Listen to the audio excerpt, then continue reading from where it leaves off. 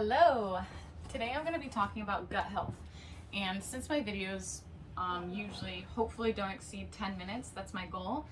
Obviously I'm not going to share everything about gut health in this video, but I am going to share the things that have stuck out to me as really important and helpful in my personal experience and my knowledge based off of research and again, personal experience, but also my experience with others. I've been a health and life coach since 2020, and even prior to that, I had experience helping others with health and nutrition. That being said, I learned a lot through my own journey just within the past 5 years. Before I even get into this, let me talk a little bit about where I came from. In 2019, I was 69 pounds. Check me out, 69 pounds at 5'6". I had a chronic CDiff infection, or Clostridium difficile. This is a bad bacteria that takes over the good bacteria in your gut. So basically it was depleting me of nutrients. Another major issue that was going on that I was not aware of for so long is oxalate. So I was on a ketogenic diet. I was eating ketogenic for over 15 years, literally. I've never been on a standard American diet, except for a couple of phases. Like when I worked at Whole Foods, I was living on Skinny Pop, coconut milk ice cream sandwiches. I would eat the quiche on the hot bar every day, but besides that, I've eaten pretty clean. Paleo probably. So you would think with the ketogenic diet, how could things go so wrong? How could I end up here? 69 pounds, over 10 autoimmune disorders, chronic Lyme disease, and a chronic C. diff infection that was depleting me, literally threatening my life. I was not under eating. At one point, I was eating 6,000 calories and still losing weight. So that was terrifying. I was misdiagnosed with an eating disorder multiple times. I was held against my will in an eating disorder unit. And all of this is going to be in my book, which will be published by the end of this year. There I was, May of 2019, in an emergency room, and the infectious disease doctor that was there at that hospital was in my room talking to me, and he said, "We have to remove your colon because it's so inflamed, and we have to hook you up to a feeding tube." And that was a moment of surrender. I needed to surrender some of these keto foods. I needed to surrender the ketogenic diet, because that had become an idol. And if this is the first time you're hearing me say this, I talk about it in a lot of my posts, especially on Instagram. When I get into the spiritual and faith side of things, that's what all this is. God is the healer and meat is the medicine. So God really twisted my arm in that moment, and he said, you have to surrender this idol, because the ketogenic diet was like the only sense of control that I had. It was the only thing that I felt like ever made any slight difference. And so for God to tell me you have to surrender this because you are relying on it and trusting it more than me, your creator and the lover of your soul, that was really scary, but I did. I surrendered. And in that moment of surrender, I received wisdom and understanding. My eyes were open to see, my ears were opened to hear from the Lord, because my heart posture had changed and I laid up all of my idols. And so I realized I can do the carnivore diet without being so strict. I had tried it over 8 times, just beef, salt, and water, and it didn't work. I felt worse every time. I was having histamine reactions. I felt restricted. I was like, this just isn't for me. So in that moment of surrender, I realized I don't have to draw inside the lines. I don't have to be put into a box. I can take the mechanisms behind why carnivore works. I can take the mechanisms behind why keto is helpful, and I can do it in a way that is sustainable for me and that supports my own bio-individual needs and that supports my body at a systemic level. So that's what I did. I pulled out all the extra stuff, the noise, and in that, I removed a lot of high oxalate items. A large part of my ketogenic diet was baby spinach, avocado, cinnamon, black pepper. I was using turmeric. I was using all of those in high amounts every day.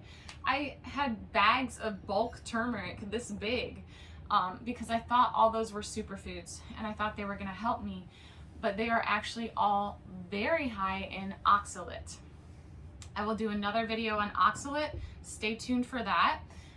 But they were damaging my ability to absorb nutrients. So basically oxalate is an anti-nutrient. Anti-nutrients will bind to other nutrients in your body, and then you won't be able to absorb them. But oxalate also causes a host of other issues. And so in removing those foods and then adding more animal foods and animal fat, I was able to heal and seal my gut. I removed the interference and I provided a proper foundation. Two things that I think are very helpful for healing and sealing the gut. Animal fat. You can't do it with plant fat. Plant fats do not have vitamins A, E, D, E, and K. They don't have butyric acid. They don't have conjugated linoleic acid. And then plant fats also, even coconut oil, okay? Like, it's a saturated fat. It's a great source of energy, but coconut oil contains something called salicylic acid. Salicylic acid is one of the primary ingredients in face wash. It's what dries out your pimples. This means that it could potentially dry out your gut and irritate the gut. So I removed all plant fats, which was hard for me because I was really stuck on the coconut oil. I felt like it really helped keep up my ketones and give me that boost of energy and focus, especially when I was dealing with chronic fatigue and brain fog. But I switched it all out for animal fat, and this is when I realized that animal fats heal and seal the gut. They play a large role in this. Most people just talk about bone broth. Bone broth, bone broth, bone broth. Collagen, gelatin is what heals the gut, but there's more to it. The animal fat, I believe, is equally important. My favorite sources of animal fat are butter, suet, and bone marrow. Suet is the fat that is specifically found around the kidneys. It's very rich in stearic acid. Bone marrow is delicious. Another term for bone marrow is meat of the gods. It's like meat butter. It's delicious. And I would recommend eating all of these cold, raw, instead of rendered, melted, liquid. Rendered fat tends to run through you. Cold fat is easier to digest and assimilate. And then, so the second thing is the collagen and broth. However, if you have histamine intolerance, which most of us do, let's just put that right out there. Histamine intolerance it's been the hot topic for the past year, and people are identifying it finally. I do think that it's a common problem. And sometimes when people start the carnivore diet, they're eating a lot more meat, which means potentially a lot more histamine. So they could be actually dealing with histamine intolerance for the first time in their lives. So to reduce histamines when you're making broth, I would recommend, first of all, get a pressure cooker. If you're still using a crock pot in year 2022, I think you need to reassess your budget and your priorities. Don't get me wrong, there's something awesome and comforting about cooking something for 12 hours. It fills the house with smells and it's wonderful during the cold seasons. I grew up with my mom making things in the crock pot, and it was always the best. She would make stew, and my sister makes like awesome chicken tortilla soup in the crock pot. But a pressure cooker, it gets things done in a quarter of the time. So this is going to reduce histamine. Histamine buildup happens when something is exposed to the air or cooked for a long time. It's when certain proteins react to exposure, to being aged. These proteins are obviously found in meat. And this is another reason why fat in general is low histamine, because there's no protein in it. And I'll do another video on histamine, so stay tuned for that. So pressure cooker, please get a pressure cooker. Don't try to make your broth in a crock pot. I think you will run into issues. You don't have to get fancy when you're making broth. I have a post on how to make the best broth, and I will make a video on that as well. But the number one tip is please don't add too much water. So I think people are over watering their stock and then it doesn't get jiggly. It's because you're over watering. Another thing you can do is roast your bones at 425 for 20 minutes. This is going to help bring the nutrients to the surface. Another thing you can do is add apple cider vinegar, even just a tablespoon. This will help to extract the nutrients from the bones. So bone broth is made by cooking bones. So I would use a pressure cooker on high for 3 to 4 hours. I would only fill up water to fill up halfway up to the bones. Don't cover the bones with water. This will be too much liquid. Another tip for a good broth is to use high quality meat. So if you're using animals that weren't treated well or properly, they're not going to contain the same nutrients that a healthy animal would. I have made the best stock. If you follow me on Instagram, you'll see it all the time. Always posting my jiggly broth. It literally is just a product from cooking Billy Doe Meats. Billy Doe Meats is a family-owned company out of Hoffman Estates, Illinois. This is the meat that I healed eating, and I started just making their slow cooker items like shank, bone-in lamb, bone-in goat, chuck, and anything with a bone in it.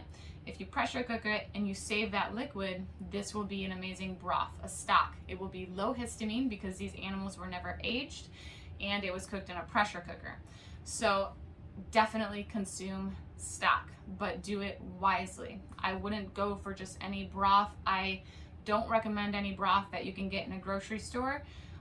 One, because if you invest in Billy Doe Meats, you're getting so many things out of just one cut. If I cook shank, I get the meat, I get the fat, I get the bones, I get the stock. I get so much.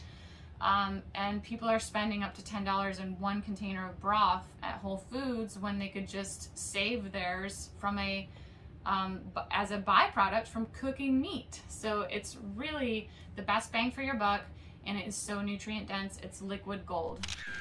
So these are the 2 containers of broth that I yielded from cooking Billy Doe Meats yesterday. As you can see, super nutrient dense, full of collagen, gelatin. At the beginning of my healing journey, before I even discovered Billy Doe Meats, I was making stock from chicken feet and pig ears. These were the cheapest things that I could find, and they're loaded with collagen. I do not typically consume pork or chicken. However, the only thing I'm getting from these is the collagen. When I'm just consuming the stock and removing the fat before I eat it, I'm not really concerned. The only issue I have with pork and chicken is the fat. It's a polyunsaturated fat, which I typically avoid.